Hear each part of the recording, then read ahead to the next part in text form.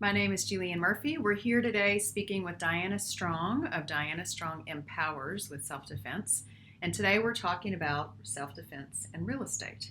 As a former real estate brokerage owner in Costa Rica, I certainly know the value of being very aware of what's happening around you, especially when you're the solo person going to meet with someone you don't know.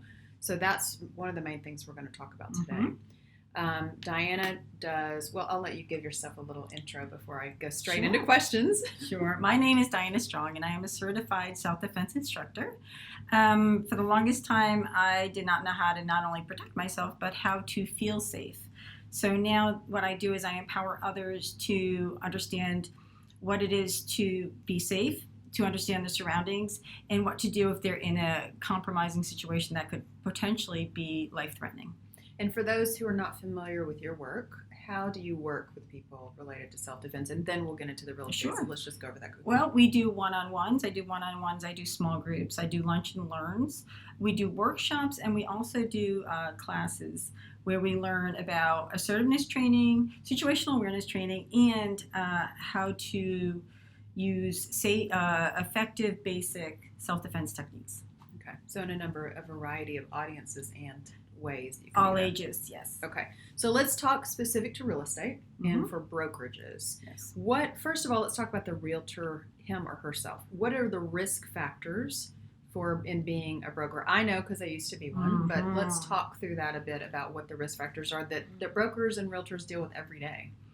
There's many risk factors. Brokers, realtors, we are supposed to be very accommodating in that industry. We're supposed to go where we need to go to make the sale, right? And that's usually on somebody else's time in somebody else's home or in a home where there's nobody else. And that can be very, very risky. So some risk factors are you don't know who you're meeting. You don't know if they're alone. You don't know what their true intentions are.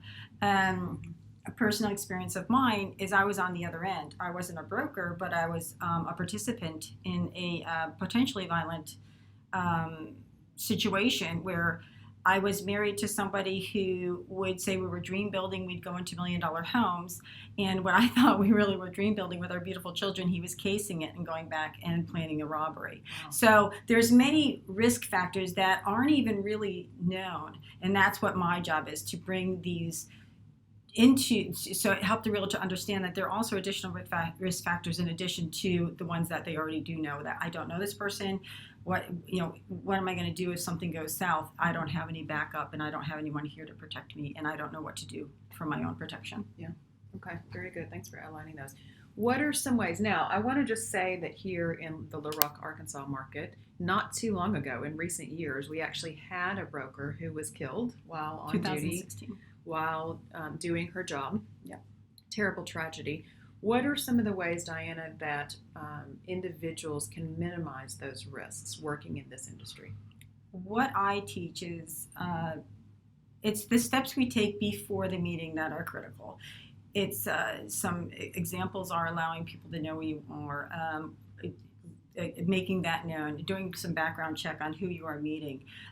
Those things are important, but there's so many different ways that you can get to know the person before you're actually meeting them. I know I do it now. I used to do it when I was looking for a position. I'd Google the heck out of them. Or if I was even going on a date, I would know that person I was meeting with. We can Google all day long. I mean, don't get me wrong. Predators are trained to hide their tracks. I had a real estate agent let me know that they're looking into this particular system where they can check phone numbers and do a check there.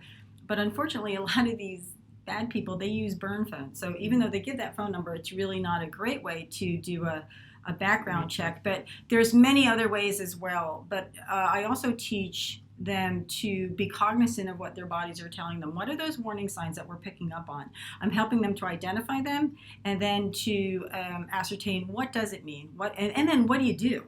What do you do, really? Do you ignore them or do you cancel the appointment? Well, those are two different measures, but I help them to understand from A to B and how to figure out what the next course of action should be to minimize those risks. Okay, awesome. And then in terms of, so I also, as I mentioned, owned my own brokerage when I was in Costa Rica, not here in Arkansas, but clearly there's lots of brokerages that you work with currently and that are many that are contacting you about this type of self-defense work. what would be the advantage to the brokerage house if they're to have you come in and do training for their brokers, for their real estate agents? Because clearly, in my mind, this is kind of somewhat of a burgeoning new type of thing. I've never heard of it before, so I'm curious what kind of advantages you feel like. I can think of some, but I want to hear from you. Absolutely. Well, the advantages right off is it helps our realtors or people who we are connected to professionally, but I'm sure personally as well. If we have them working for us, then there's some kind of a relationship there. So we want to make sure that they're going home at the end of the day to their loved ones and their family. But in addition to that, as a broker, and just like for me as a boss, when I had employees, we're empowering them to be able to do their job way more effectively because they're able to focus on what they're doing. They feel safe. They feel more confident in their presentation, therefore maximizing the deal, and not only that, but they're doing it in a way that's minimizing their risks, and they're understanding how to do that. So whenever we educate our people, our employees, our children, or anyone, my students, it always helps them to be stronger in other aspects or other fields of their lives. And when it comes to being a broker and educating your realtors on how to be safe, well, gosh darn, they're going to be so much more confident going in there and making that sale when they know that they don't have to worry about, am I safe, am I not safe? Gosh, if this is a bad person, what am I supposed to do? At the end of the day, the sale is made by a confident broker, and they're going home safely to their family. Yeah. Nothing more to add to that.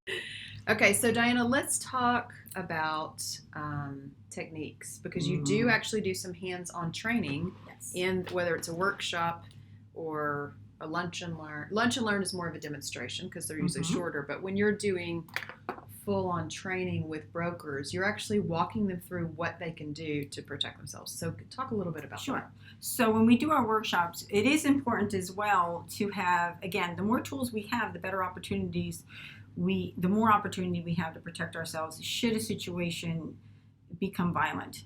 And it's only when your life depends on it do I recommend using the techniques that I teach that are they're basic techniques, but they're effective. We talk about the vulnerability points of the body of a predator and how to use effective techniques in a way that will get your predator in enough pain or incapacitated to allow you the opportunity to get away and to get safe or to get help.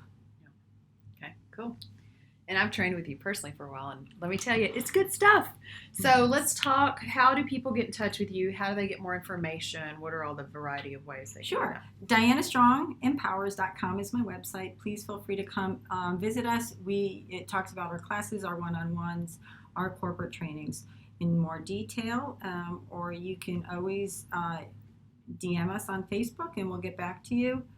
Phone number and email are on the website. So if you go there, you can contact that, as well as the contact form, of course. Yeah, please just ask any questions you have. I'd love to just have a conversation. Great. Thank you so much. It's been very informational. Appreciate it. Stay safe out there.